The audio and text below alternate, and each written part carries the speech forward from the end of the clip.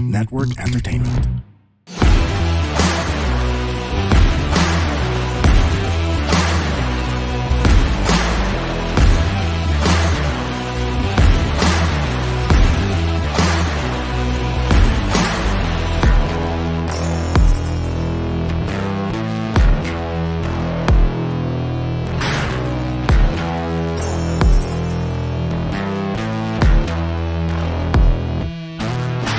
Grabe. All right. This is going to be a super special episode of Tunay na Rider because after this, we are no longer going to count episodes. We have hit 200 episodes. Ooh. Grabe. This started out as something we did for mental health during the pandemic, and now 200 guests, 200 topics, 200 plus new friends. We're just gonna look back at some of the definitions ng tunay na rider ng mga kaibigan natin. Ba't parang naiiyak ka iba? 200 pare. That's who'd have thunk na aabot tayo ng 200 episodes. Pare. Oh. All right, let's see it. Let's we're gonna play some videos of some of our friends defining tunay na rider.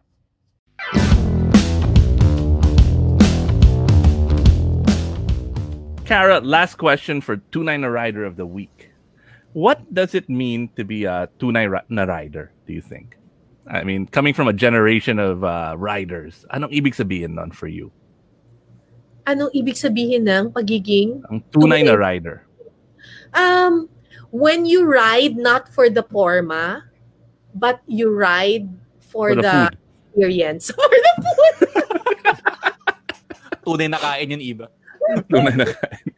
When you ride for the experience and for the things that you're gonna learn about yourself and about your friends, yung hindi ka dapat nagra-ride kasi, forma ko eh. Yung gano'n, kasi popogi ako. Kasi gaganda ako. Astig kasi ako kapag nag-ride ako. Parang I think that's a wrong notion or parang wrong motivation for riding. Yes, nakakaastig siya, pero hindi dapat yun yung reason mo for riding. Kasi kung yun ang reason mo for riding, baka magkakaskasero ka na lang, magpapakitang gilas ka, and then you forget about the safety. Kung formal lang naman ang habol mo, hindi sana sa fashion industry ka na lang nag-ano. Tama. Yun yung sinasabi nilang nagmumotor sa maling rason. Oh. Correct. Oo.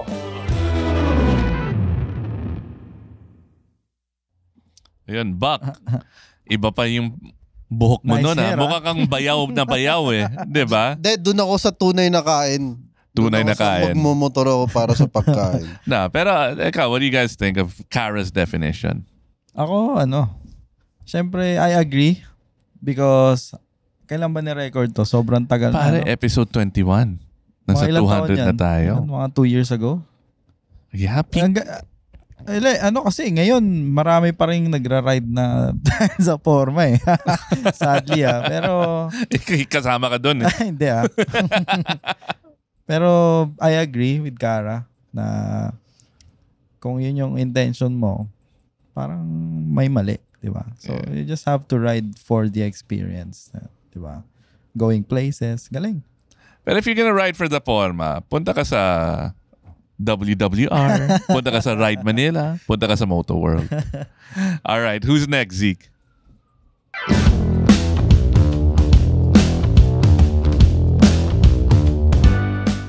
Vin, how do you find being a tunay na rider?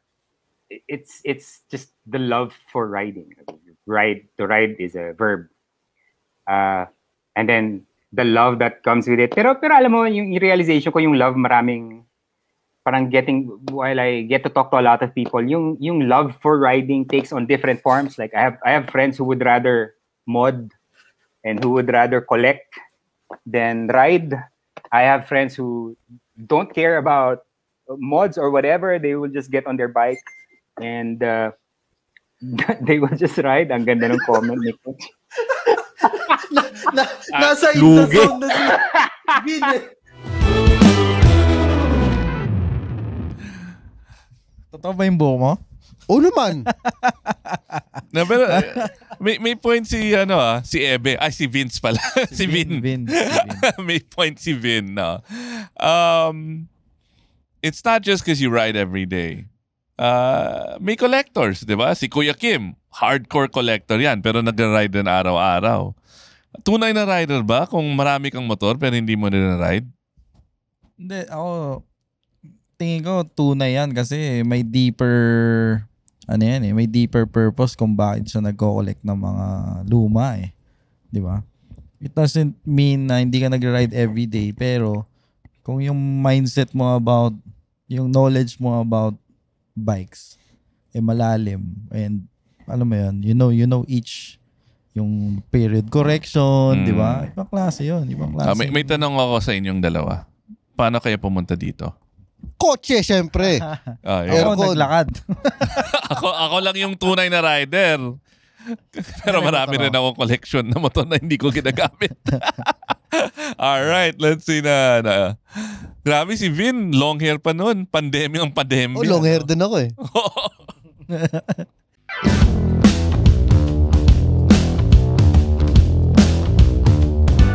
Last question. What do you think makes isang tunay na rider? Or ano yung definition ng tunay na rider para sa'yo?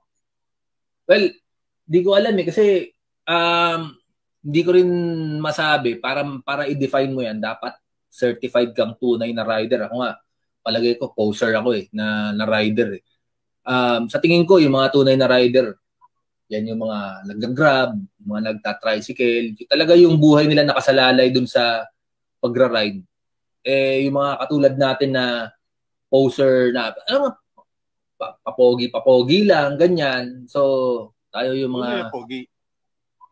Pogi. Tunay na pogi. Ganon. Pero yung tunay na rider, talagang yan yung mga rider na yung buhay nila nakapaikot sa pagra-ride.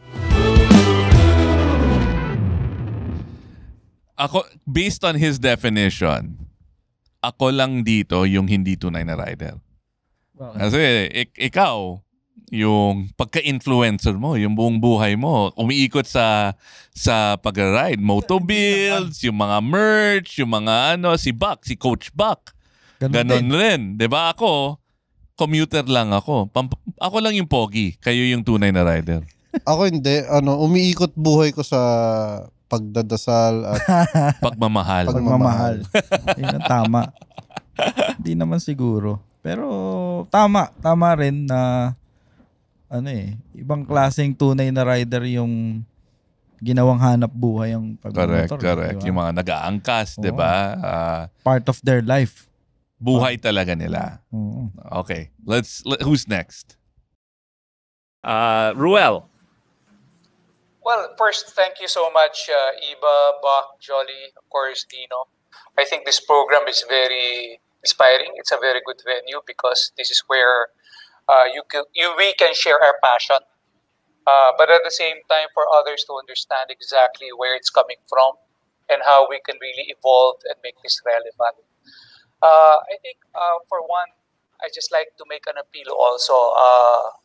I'll dovetail when I say responsible. It really takes each and every one of us to really stand for what a tunay na rider is, no?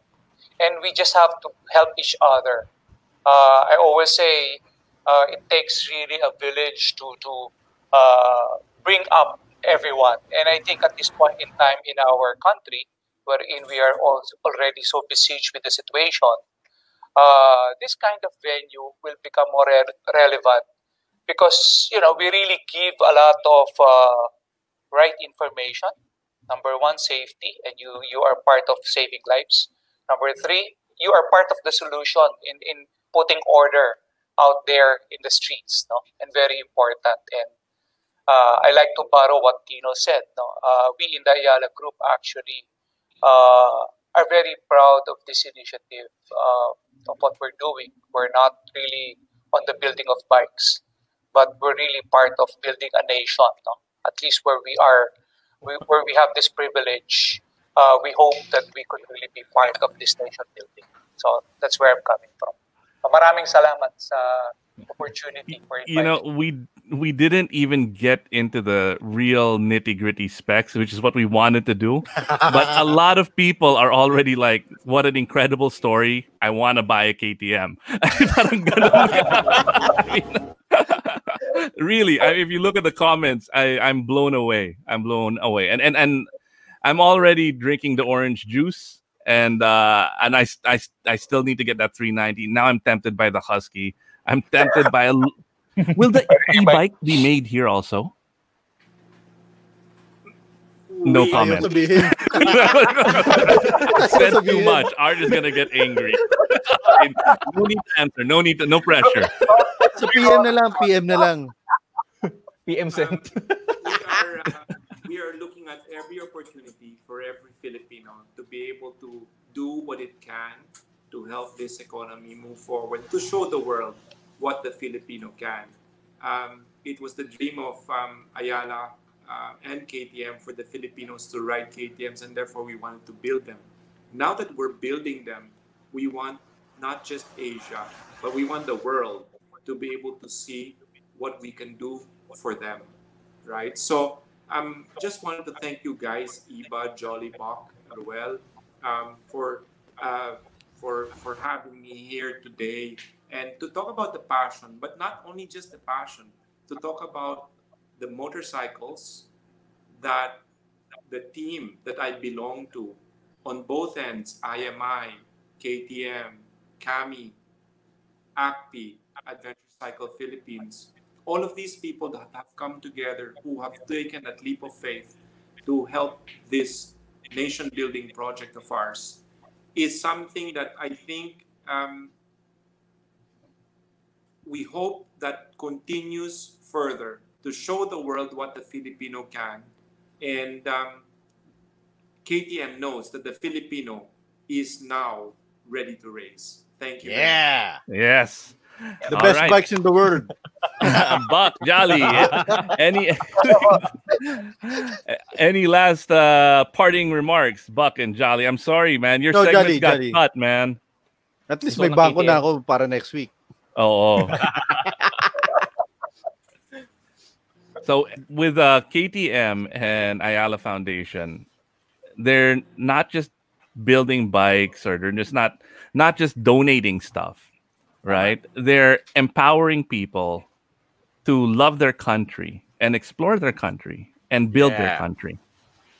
And on that note, this is the most serious tunay na rider we've had, but ever. I think the most inspirational. Thank you so much, Dino. Thank you so much, Ruel. I know you're incredibly busy, and we appreciate everything that you're doing. And stay healthy, stay safe, ride hard, and ride safe. May category ba iba pag nata-top 10, top 5 tayo na most patriotic show? Oo, dapat. Rider, the most patriotic motorcycle show in the Philippines. Yun, number 1 tayo doon. Number one. Thanks, Tom. Thanks, Richard. Thank you. Thanks, Doc. Thanks, Sel. Thank you for being here. Everyone. Hindi na natin kailangan husgahan tong mga to. Talagang mga tunay na rider to. Tunay na rider. Without a doubt. The integrity and the authenticity, tunay na rider talaga. All right. Good night, everyone. Right. Stay safe. Bye-bye. Grabe yung episode na yan. So for people who don't know, Ruel Maranan was the head of the Ayala Foundation. And it was an incredibly challenging time kasi peak pandemic yun, di ba? Tama ba? Peak pandemia yun, no? Tama ba? Oo. Tama ba iba? Peak pandemic ba yun? And they were doing so many things. They were doing so many things to help the Filipino people. And then that was the origin story of KTM in the Philippines. They had just started, and that we know that story is we don't know how that story is gonna end, right? Tagal na pala yan. Actually, yung intention was really pure. Yeah. And it's hindi pa natin alam. We don't know. It's very late. Fast forward today, it's still there. But binenta ko na yung KTM ko. In the meantime, during that time, nagkaroon ako ng dream bike ko, and then binenta ko. Ako gusto ko ng 790 that si Buck may 790 na. A lot's happened. But yeah, Galing. that was a very powerful episode. Next. Oo, lakas. Bye. Bye-bye. Bye-bye. So on that note, as we end every Tunay na Rider episode, I want to ask you, Kuya Kim, what is your definition of being a Tunay na Rider? Ang tunay na rider ay wala sa lakas ng motor mo, wala sa brand ng motor mo, wala sa CC o taas ng CC ng bike ng motor mo. Pwede kang naka-underbone, pwede kang naka-GS, pwede kang naka-scooter. Ang tunay na rider ay may pagmamahal sa community, may respeto sa mga ibang nagmomotor, at may passion dun sa, hindi lamang dun sa motor, kundi dun sa lifestyle na kasama ng pagmumotor. Mahal na mahal mo yung motor, pero mahal mo rin yung lifestyle. Mahal mo rin yung responsibilidad nung pagkakaroon ng motor. So, ang tunay na rider ay magalang sa kalsada, marespeto sa kapwa rider, hindi nang aapi ng maliliit na CC na motor, at passion dun sa community. Oh, wait, sandali. Pause. Walang reaction. Grabe. Alam mo si Kuya Kim, siya ang benchmark para sa akin ng tunay na rider. Sa isip, sa salita, at sa gawa. So, si Kuya Kim has so a couple of things. Si Kuya Kim is basically kind of like what Vin was saying, na ang laki ng collection ng motor, diba? Pero daily rider siya. But hindi siya nagla-long ride. Minsan. Hindi, ano talaga, sa kanya, it's like, it's art, it's a mode of practical transportation. And I think that came out sa definition, yeah. Wait, hold on. Let's pause muna.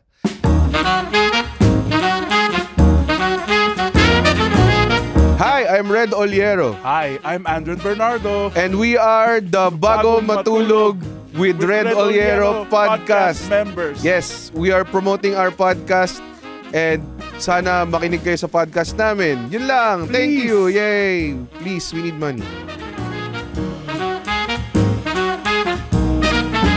Let's check out Raymond and Malu. Iba sama mo kami dyan, hindi kami pihikan. So when I do get one, I'll be selling this very, very soon. 5,000 na lang. All right. So back to the show. Teka, text ko si Iba. Mine.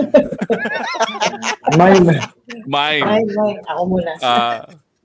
Once you, the way we always end the show is by asking you our Tunay na Rider of the Week, Raymond and Malu.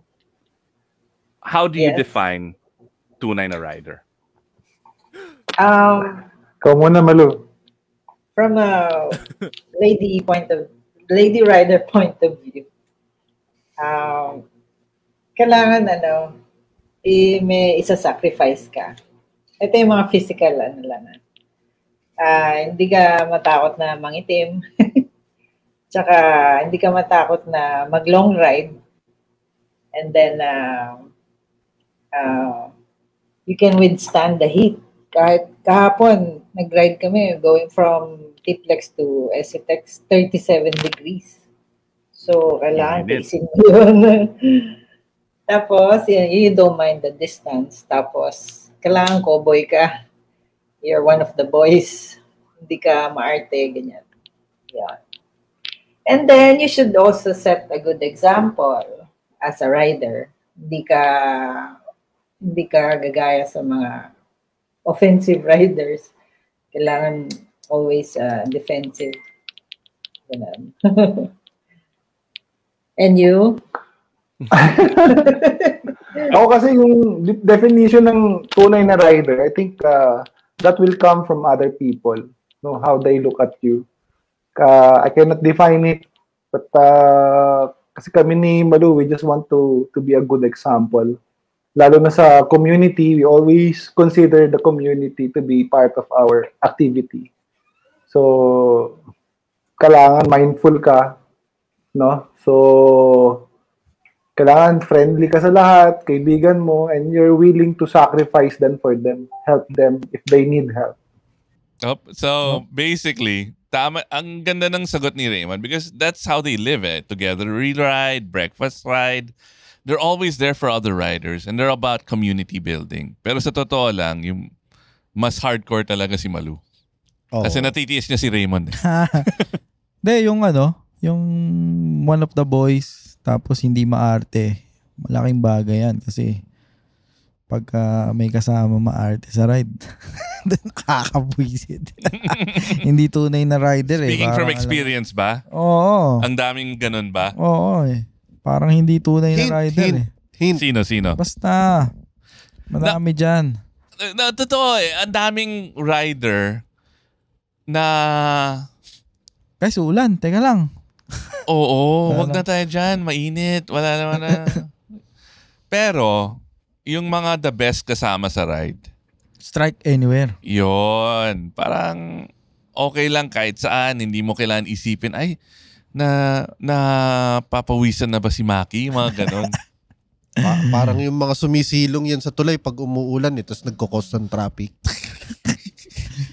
Okay. Sam YG. Sam. We get demonetized again. And we get Buck gets kicked off Facebook again. Mini-message na tayo nung producer. Our final question is, for you, anong ibig sabihin ng tunay na rider? Yan! Paano pala to?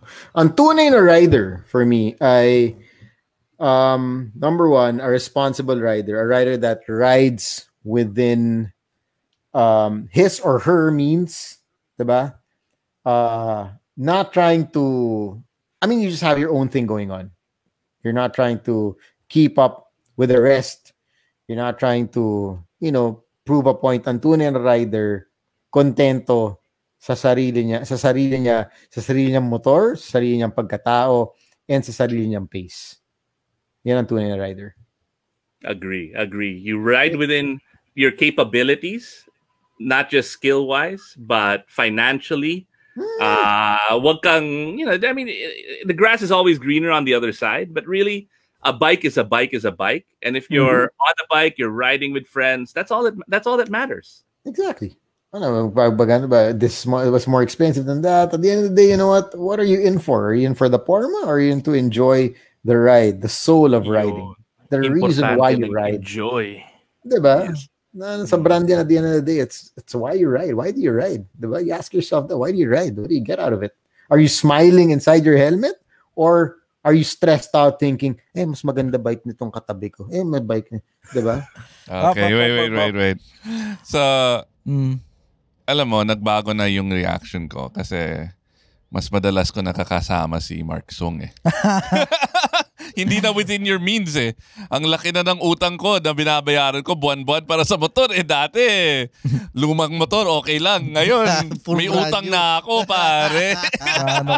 Nahulog ka sa Mark Sung trap. Oo, nabudol ako, pare. 1 month, ilang motor yon? Si Mark Sung, in a short amount of time, na-collect na niya lahat ng mga motor. Noong naging kaibigan ko talaga, madalas ko nakasama, putya, punong-puno na yung garahe ko. Ang dami ko ng utang. Wala It's not about the bike that you ride. Diba? No, pero si Mark uses the fucking bikes, man. Like, para sapatos yan Iba-ibang feeling sa paa Alam mo yun? Kaya... Nagkataon lang Balenciaga yung sapatos. Sana may kaibigan ko na mahilig mag-collect ng mga lumang Mio. Dio, yung mga ganon. Diba? Alright. John Estrada. And for our last word, Sir John, yes, para sir. sa'yo, ano yung definition ng tunay na rider? Well, para sa akin, ang tunay na rider, as you all know, we really enjoy riding, but just like what I said earlier, it's also dangerous. So, para sa akin, ang tunay na rider ay hindi kaskasero. Ang tunay na rider, kung magra-ride man, hindi intoxicated, hindi lasing, definitely. Ang tunay na rider, alam kung anong proper gear na suotin, no? Like helmet, di ba? Gloves, full pants, andyan yung jacket mo, di ba? At alam natin na yung mga ibang drivers ngayon na hindi motorcyclists don't usually look out for motorcyclists like us. So dahil sa mga distractions like phone, so talagang tunay na rider dapat defensive driver para sa akin. Ang tunay na rider alam kung ano yung rules, ang speed limit ng kalsadang dinadaanan niya. So, yun para sa akin ang tunay na driver. Up. Okay. So, ako number 1, yung phone na yan. Yung phone mount na yan. Ang dami ko na nakikita. Yung nagte-text kahit umaandar, di ba? Sorry, pero delikado kasi talaga di ba? Alam mo yun, distracted na Tsaka bawal dapat yan. Oo. Bawal talaga. Hindi kasi ang dami ko na nakikita na na yung distracted na while riding, di ba? So ako madalas ko nakikita yung nagra-ride na naka-shorts. Kasi madalas kong kasama si Buck. Oy, hindi bawal lang naka-shorts ha. Bawal lang yan sa Marikina, Makati, Las Piñas, Pasig. Pucha na research mo talaga. Talagang totoo yun? Tapos, minessage ko pa ang NLEX at saka SLEX. Ang reply nila sa akin, it's not illegal, but we don't encourage. See? Not everything is beneficial. Pero ang galing, pinanindigan mo talaga. Research mo enforceable. na you're not breaking the law because of the areas. Okay. Feeling ko dapat si Buck may yung parang magic mic, yung naka-rip off na pants, and then ikakabit niya sa mga areas na Makati na, kailangan ko na magpantalon. Oy, wala nang Makati. Hindi. Well, to be fair naman, flawless yung legs ni Buck. So if you've got it, show it, at diba? At saka naka-e-bike ako na Horwin na below 25. Yan. Okay, next. Alright. Hindi ko, baliktad. Hindi ko mabasa. Volume warning. Okay for this. Talk, thanks Q815. As we end every show, we're gonna ask Kevin, not Corey, and Jet Li. Yes. Bryce. And, well, I don't want to put him on the spot. Bryce, it's up to you. It's optional. Anong definition nyo ng tunay na rider? Sino mauna? Ikaw na. Yung cutest first. Last but not the least dapat Cutest first. Pang Miss Universe. Save the best for last. At saka pwede pa siya mangopya May time ba siya mag-isip? For me, as a tunay na rider, lalo na dun sa mga nagsa-struggle out there, lalo na sa yung mga may addiction problem, try nyo magmotor. Try nyo kumuha ng aso. And for sure, you'll find your reason to stop using. I'm not saying sa drugs lang kasi marami rin nang-addict sa alcohol, sugal, babae, lalaki, behavior problems. Ako, Lego. Sa pag-ibig. Just find a reason to be happy. Find a reason to live life. I mean, choose life. Okay? Never nyo ipasok sa isip nyo na mag-suicide, ganon. I mean, I wanna promote this kasi marami I know many people na nagsa-struggle talaga. So, find a group. If you feel lonely, find a group. Introvert yun, di ba? If you're introvert, step out of your comfort zone and do what you wanna do. Live life happy, And for me, get a dog. The dog, I mean, yung dog kasi ayaw magsalita, pero the moment you look at your dog, alam mo yun ang sagot. Kung gaano kanya ka-love, kung pwede, isama nyo kahit saan. Ako nga, sinasama ko si Cory kahit sa movie. Pinapasok ko sa bag. Huwag mo nga sinasabi lahat. No, pero hindi ko naman sinasabi kung anong mall yun. May scientific Tama. Safe pa rin. May scientific proof that dogs create oxytocin. Yeah. So when your dog actually it's and that's the love hormone. So when you look at your dog, you feel that warmth and that love, no? Yeah. And the dog gets it too. Sure. So when the dog sees you looking at it, the dog feels it. Grabe, na-test nila sa lab yun, pare. And also, out of all the animals kasi, the only animal that can look back sa eyes mo, dogs lang kasi. Correct. Yeah. And also, yun, just find a reason to do what you want to do. Yeah. In a positive way, And also, taking care of a dog makes you care about something more than yourself. Oo. Diba? Kasi a lot of addiction has to do with self-gratification and that self-high. Ito, when you take care of a dog, you get high because you love something else. Yeah. Galing. So riding and motorcycle, I never thought about it that way, is a great way to break addiction. And also, may motto ako dati sa rehab do look back, but don't go back. Yeah. Ganda. We need to do a motorcycle and mental health episode, Maki. Kung pwede lang. Oo. Gandang topic nun. Hanap tayo ng therapist na or psychiatrist or I can psychologist recommend na rider. Yeah. Rider, nagra-ride din siya ng motor. Oh, yun. Oh, sige, game. Okay, next episode. Mga recovery counselors ko. Sila din kasi yung tumulong sa akin Oh, yun. Pakilala mo sa amin. Alright. Now, Miss Jet Li. Hindi, si ano muna. Optional ba? Optional. Ikaw, Bryce. Sasagot ka ba? Isip muna ako. Alam ko na yung sagot ni Bryce. Yung tunay na rider ay mabango ay yung helmet dahil may hot pH. Yes. Diba? Yun. Pag nilagyan mo ng helmet foam cleaner. Oo. Portable or desk or wall mounted. Alright. Jet Li. Ito na. The pressure on. Tanong mo ulit. Nagsispeech na to sa mga senador. Ibang level, national na to. Sa mga presidente. Sa mga presidente. Wow. Alright. So, Miss Jet Li, we would like to ask you, what is your definition of a tunay na rider? Thank you for that wonderful question, Achar. It's over. I believe, Kinariri. For me, ang tunay na rider ay wala yan sa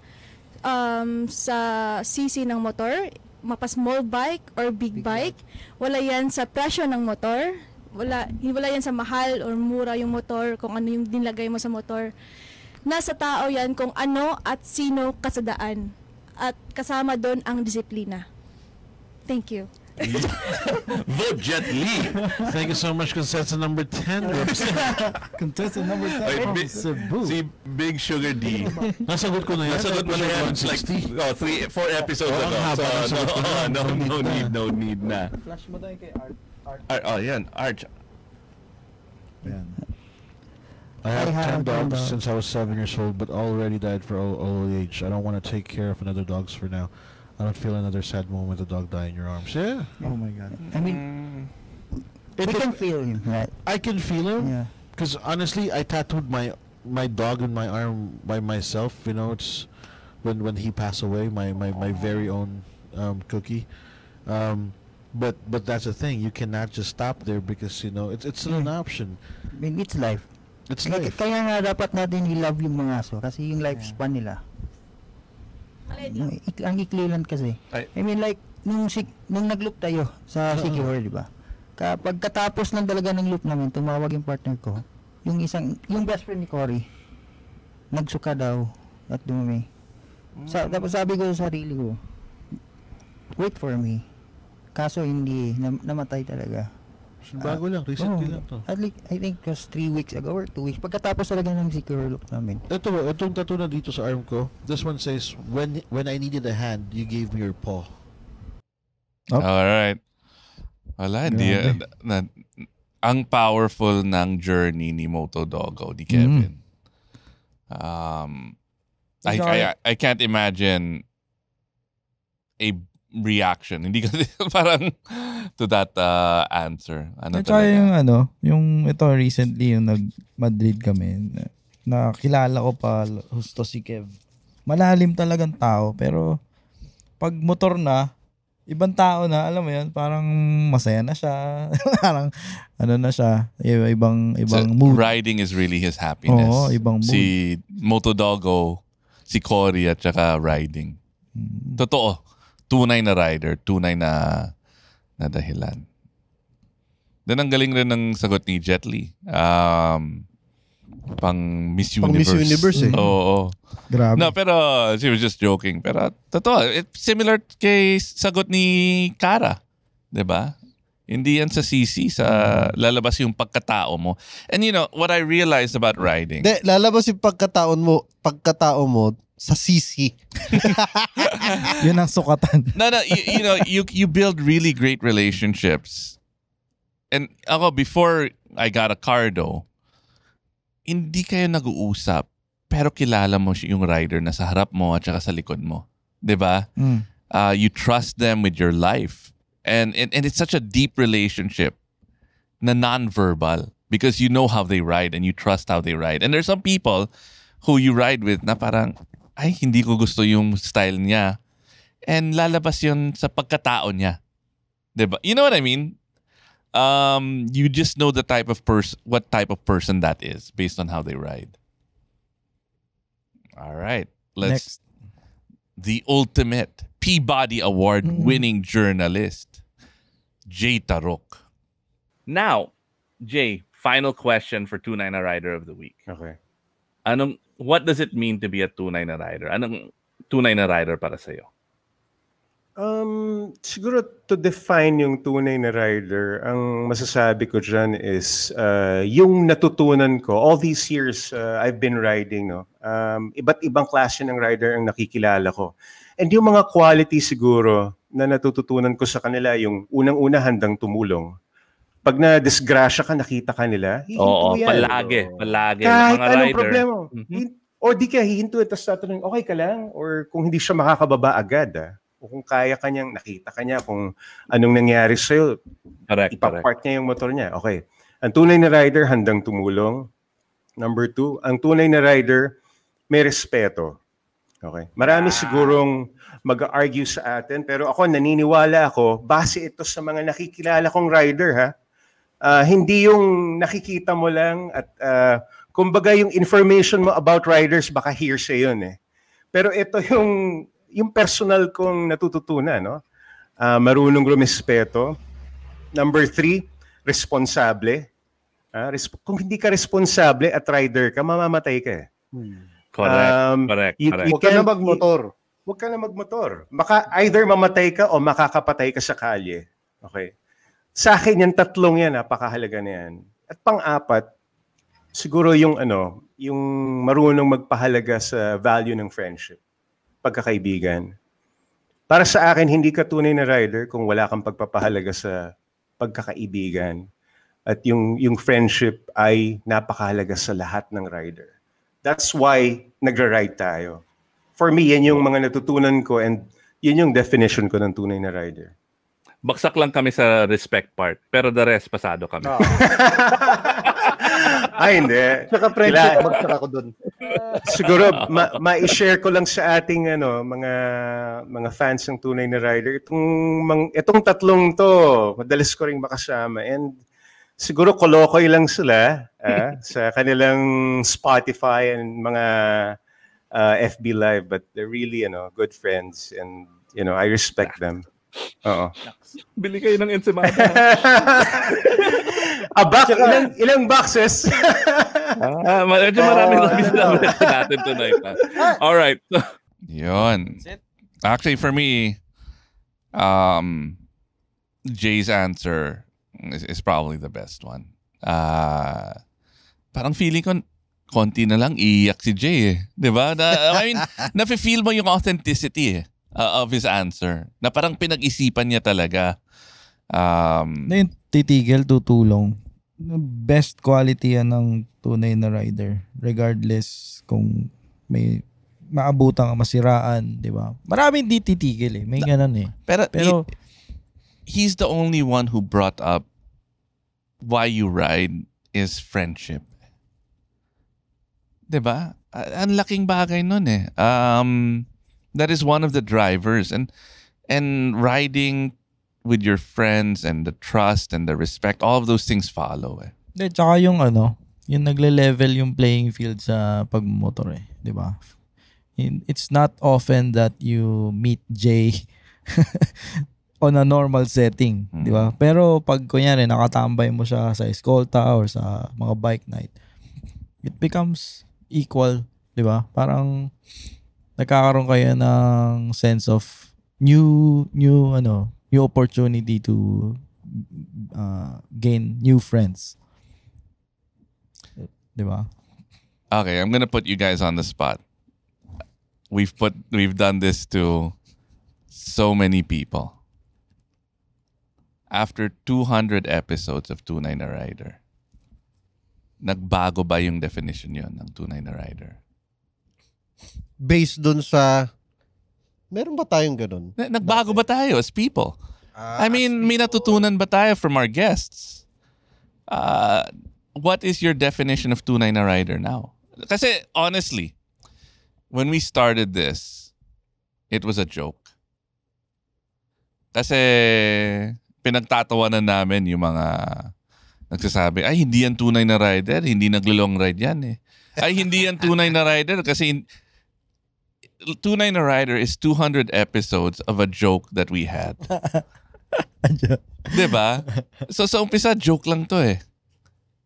Pero after watching this, after 200 episodes, ano na yung definition nyo ng tunay na rider? Tinatanong mo kami or sasagutin natin lahat? Let's give our answers. Ikaw muna, Maki. May natutunan ka ba? Oo. Hindi, syempre, malaki. Malaki yung pinagbago mula nung tinanong nyo first time yan, 2 years ago, about tunay na rider. Kasi, natututo ako sa lahat ng guests natin eh. They have different definitions of tunay na rider. They have different backgrounds of riding style, set of friends. So, yung definition ko ng tunay na rider ngayon is all about learning from people. Di ba? Kasi out of these stories, iba-ibang stories, sila TLR, iba-ibang kwento. It will, after ng sessions natin, uuwi ako, nag-reflect ako, parang makes sense. Di ba? So, ngayon, ang definition ko ngayon is learning from different people, different riders. And different rides. Oh, different rides. Every ride you go on, dapat may natutunan ka. So yun na yung tingin kong definition. Ang tunay na rider is hindi natatakot, matuto, kasi constant growth ang pagmomotor, constant evolution of yourself and your ride experience. Thanks. Nagre-reflect pala siya pag pauwi, no? Oo. Buti ka pa. I mean, that's a great exercise. I should do that also. Pag pauwi tayo sa Cubao, nagyayabangan lang tayong dalawa eh. Oo. Naglalaro lang tayo sa kalsada. Di ba? Ako sa tingin ko, this past 200 episodes, hindi nagbago yung definition ko sa tunay na rider. Pero, nalaman ko na marami rin palang tao na tunay na rider. Kahit iba yung definition nila. Kasi, pansinin mo, lahat ng explanation nila pumupunta lang sa isang bagay. Respeto sa kapwa. Nako, wala ka nun. Oo. Kaya hindi nag-iba. Alam mo lang, pero hindi nag-iba. I mean, I'm really kind of moved by. It's awesome seeing like our basically a short version of our lives passing before us, diba? Lahat ng mga nakalimutan ko na naging guest natin si John Estrada, diba? Nakalimutan ko na long hair pala ako dati. Oh. And tama ka, Maki. Maraming iba't ibang definition ng tunay na rider. Pero tama ka rin, Buck. Ang daming common answers, right? Why do people, anong definition ng tunay na rider? You ride because yung tunay na rider nagra-ride dahil sa community, dahil sa friendship. Yung tunay na rider nagra-ride, they know their limits. Alam nila kung ano yung kaya nila na distance. Diba? Alam nila kung anong kaya nila na speed. Yung tunay na rider is always learning. Hindi, alam mo, yung mga mayabang na rider, hindi nakikinig yan eh. Hindi yan open to new ideas or new types of motorcycles. Yung tunay na rider open eh. Like Buck, ikaw, since we started, you became a globally, internationally certified coach. Huh? What? Diba? And you're now teaching people to ride safely, to know the capability of your machines. You know? So yeah, tunay na rider is about being open, not closed. Not, ay, marunong na ako, alam ko na lahat. Kahit si Toti Alberto, nagbago pananaw. Veteran sa karera. You guys brought him and he was open to a new experience sa FJ. Kahit si Toti, pare, is open. Diba? So, friendship, community, open to learning, understanding yourself, respect. Yan ang mga common threads. Dapat magkaroon tayo yun ng mga hashtag. Punuin natin. Lahat ng mga keywords. So, yeah. I'm excited. Ano na kaya yung magiging definition sa 300 episode? Balikan natin to. Magbabago kaya? Magbabago kaya? 300? O, ilan na yung sponsor natin? Depende sa sponsor. Pag depende yan sa sponsor. Kung yung sponsor langis, yung tunay na rider may kinalaman sa langis. Kaya tools, may kinalaman sa tools yung pagiging tunay yung tunay na rider, marunong mag-change oil using tools. Magbaklas ng sariling baterya. Baterya! Yung tunay na rider, gumagamit ng top tool. Tsaka yung baterya, kaya mo magpalit ng sarili mong baterya. Ako natutunan ko yan recently. Dati di ko alam. And then, I guess finally, man, what does it feel like hitting the 200th episode mark? Ang tandaan nyo na. Si Buck, yung naubos yung buhok eh. Dati gano'n. Para siyang parang aso, di ba? Tumubo, then ginupitan. Parang nakikita mo, ako pareho pa rin yung itsura eh. So yeah, grabe. It's been an incredible journey. I'm so happy that you guys are here with me on this journey and all of the people who got us to 200 episodes. Bago pa umiyak tayo, mag-party na tayo. So, so we're gonna have our 200th live stream. We're gonna have some of the people who got us here. Live stream party. Yeah. Parang Thanksgiving live stream Thanksgiving, party. Mid-year Christmas party. Yeah, thank you. I can't think of anything else to say, but thank you for supporting us. The Pod Network, Attorney Joseph got us here to 200 episodes. natin. Sila Zeke. Yeah. Diba? Punta kaya siya dun sa sa event natin. Magpaparampan kaya siya. Baka malasing yan. Si Attorney Joseph? Oo. Invite nyo kasi.